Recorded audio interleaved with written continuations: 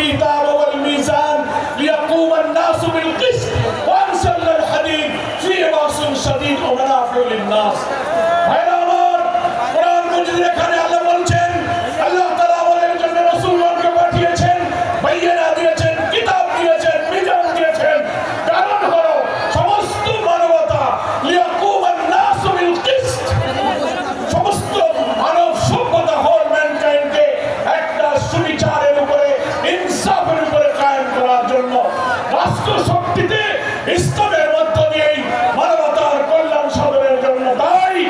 মানব রচিত কোন বিধানে আমাদের ছাত্রদের যে দাবি উই ওয়ান্ট জাস্টিস এই সুবিচার আমরা পেতে পারি না মানুষ পক্ষপাতিত্ব করতে পারে মানুষ জুলুম করতে পারে ন্যায় বিচার মানুষ করতে পারে না ন্যায় বিচারের বিধান হলো একমাত্র আল্লাহর বিধান তাই আমিরের জামাতের আহ্বান হলো আগামী সেই সুবিচার ইনসাফপূর্ণ বরকতের বাংলাদেশের জন্য আমাদেরকে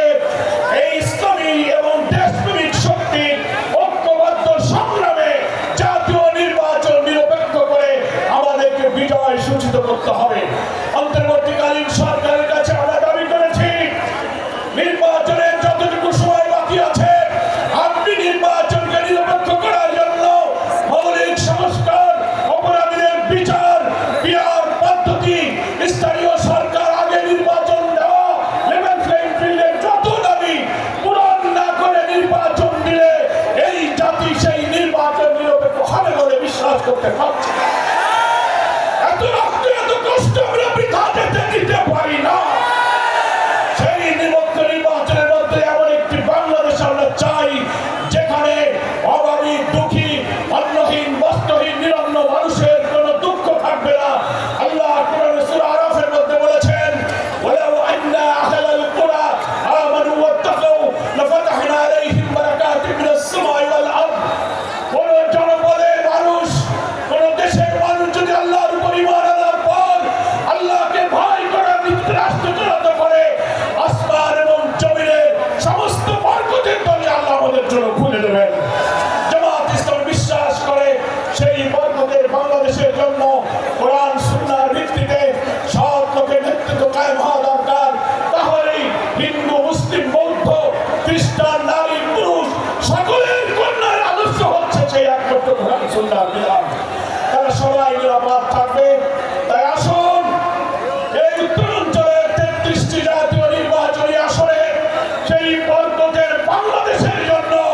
দাঁড়িপাল্লার জোয়ার তুলতে হবে আমাদের ফ্যাসিবাদী সরকার আমাদের নিবন্ধন বাতিল করেছিল জামাত শিবির নিষিদ্ধ করেছে আমাদের নেতাদের ফাঁসি দিয়েছে এবং আমাদের দাঁড়িপাল্লাকেও তারা বাতিল করে দিয়েছিল মহান আল্লাহ আমাদের সব কিছু ফিরে দিয়েছেন আমরা আজাদ ভাইকে পেয়েছি নিবন্ধন পেয়েছি প্রতীক পেয়েছি আর যে শহীদদের আমরা হারিয়েছি আমাদের দুঃখ নেই আল্লাহর কাছে আমরা তাদের হাদিয়া হিসেবে পেশ করেছি এর বিনিময়ে আমরা বরকতের বাংলাদেশ নির্মাণে উত্তরাঞ্চল থেকে ইসলামের বিজয় সূচনা করবো ইনশাআল্লাহ আজকের এই জনসমুদ্র সেই বিজয় অভিযানের একটি মাইল ফলক হয়ে থাকবে এই আশাবাদ ব্যক্ত করে সকলকে ধন্যবাদ জানিয়ে আমি আমার বক্তব্য শেষ করছি বাংলাদেশ জিন্দাবাদ জামাত ইসলামী জিন্দাবাদ আসসালামু আলাইকুম ওয়া রাহমাতুল্লাহি ওয়া বারাকাতুহু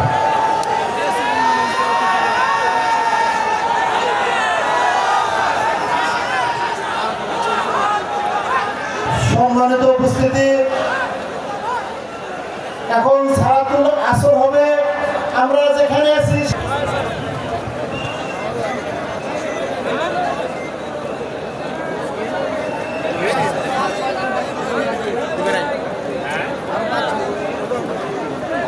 আমি তো ইয়ার ভিতরে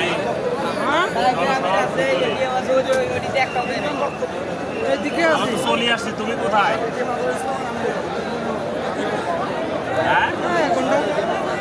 আল্লাহু আকবার আল্লাহু আকবার